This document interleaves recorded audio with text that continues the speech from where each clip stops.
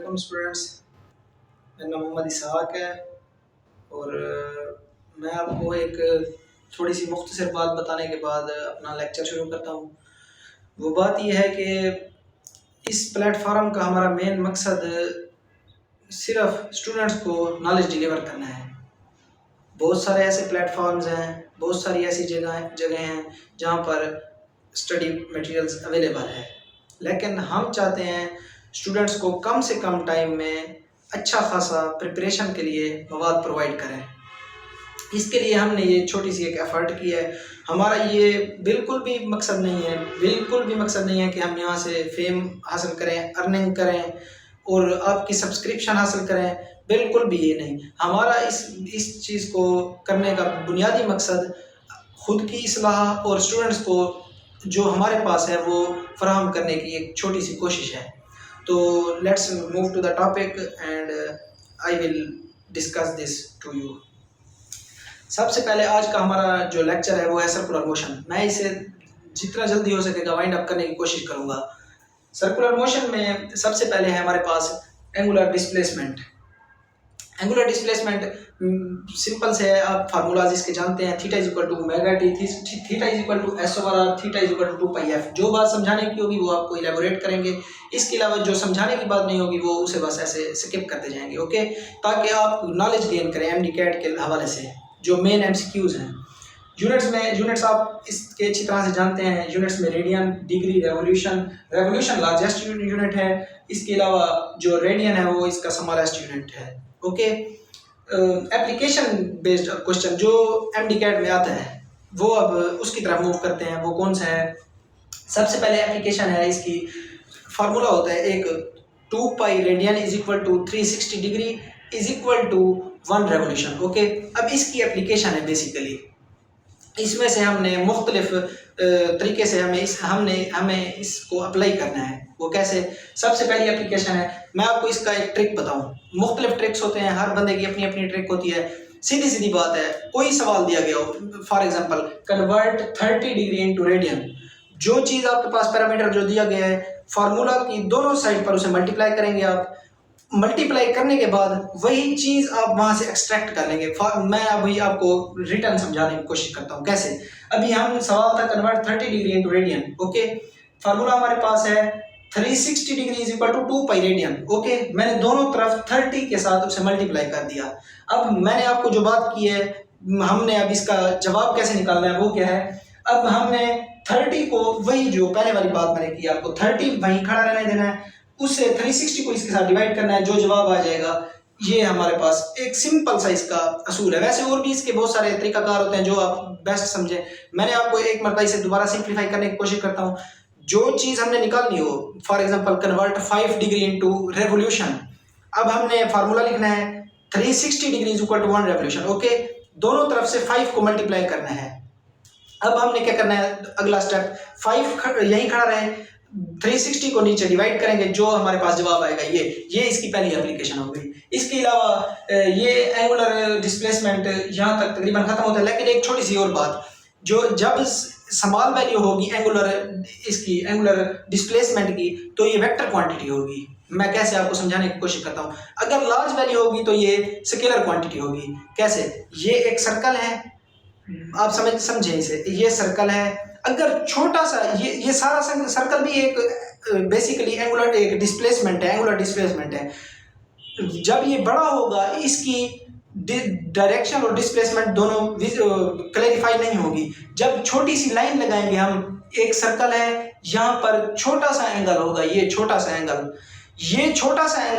इसे हम vector quantity consider करेंगे। क्योंकि मैं अभी आपको बताऊं, ये सर्कल है, सर्कल के मिड पॉइंट से आप रेडियस तक अगर जाएं तो छोटा सा अगर इसका एंगल हो, छोटा सा बिल्कुल, मैं अभी जगह नहीं है बना के दिखाता, तो फिर वो एक लाइन वहाँ हमें शो करता है जिसकी डिस्प्लेसमेंट भी होती है, डायरेक्शन भी होती है अपनी उसकी, इसीलिए वो वेक्टर क्वांटिटी है। अगर वो पूरा एक सर्कल में एक एंगल हो पूरा 360 वाला, फिर वो वेक्टर क्वांटिटी नहीं रहती, स्केलर, क्योंकि एक लाइन नहीं रहती, फिर वो एक सर्कल में आ जाता है, ओके हो गया। ये वैसे एक सिंपल सी बात थी। मेन याद रखने की बात यह है कि for small value theta is vector quantity and for large values it is scalar quantity. Okay, यहाँ तक है एंगुलर डिस्प्लेसमेंट। इसके बाद आ जाता है एंगुलर वेलोसिटी।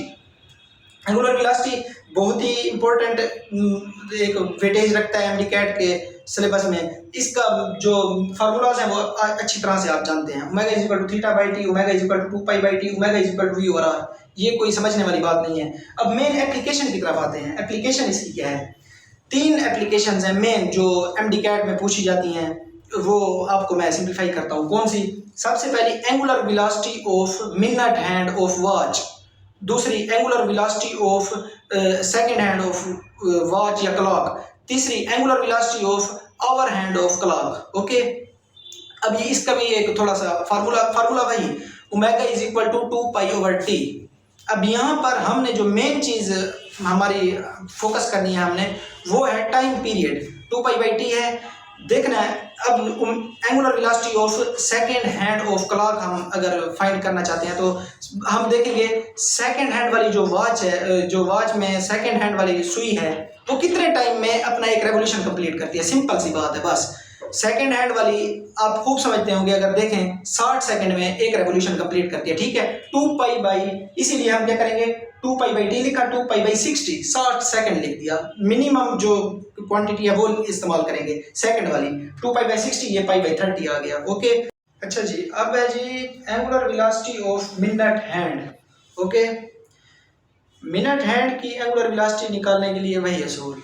अब देखेंगे, अब वॉच देखें, वॉच में मिनट हैंड वाली जो सुई है वो 60 मिनट में अपना एक रेवोल्यूशन कंप्लीट करती है। आप अच्छी तरह से इस बात से बाखबर हैं कि जो मिनट हैंड वाली सुई है वो 60 मिनट में अपना एक रेवोल्यूशन कंप्लीट करती है। ठीक है, मतलब टाइम उसका क्या है, 60 मिनट।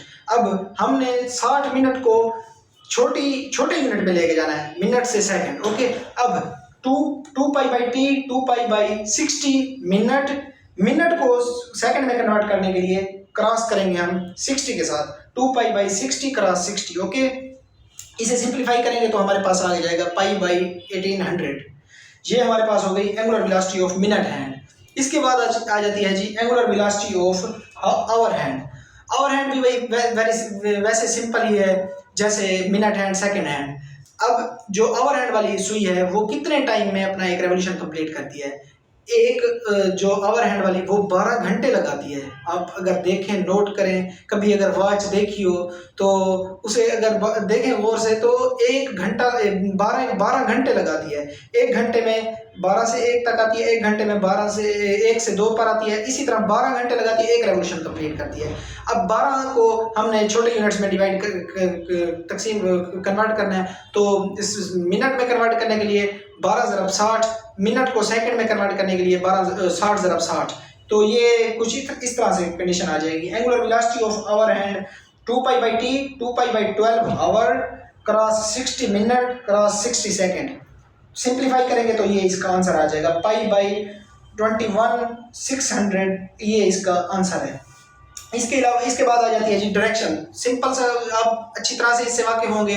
डायरेक्शन निकालने के लिए राइट हैंड रूल लगाएंगे।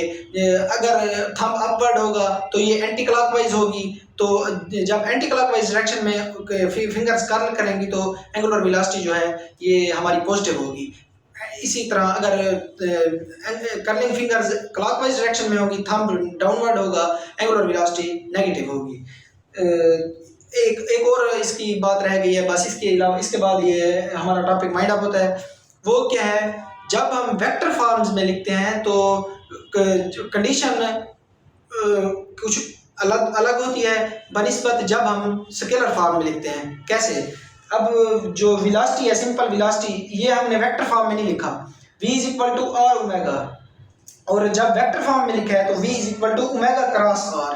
ये आप थोड़ा इसके ऊपर गौर करें तो ये भी एक MCQs है जो इम्पोर्टेंस रखता है अच्छी खासी।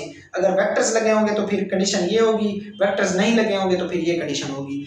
वेक्टर के वैसे जनरली हम ऐसे पढ़ते हैं v is equal to R omega, मतलब वेक्टर नहीं है। अगर राइट करेंगे, वेक्टर लिखेंगे, v के ऊपर वेक्टर, r के ऊपर वेक्टर, ओमेगा के ऊपर vector, v vector is equal to omega vector cross r vector. ये भी एक अच्छी MCQs है।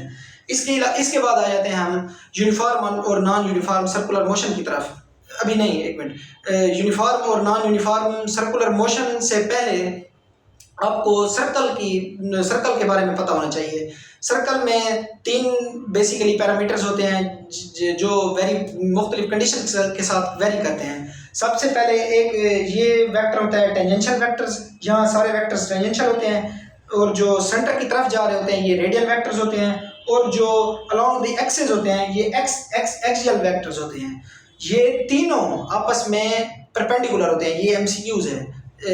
All these vectors are perpendicular to each other.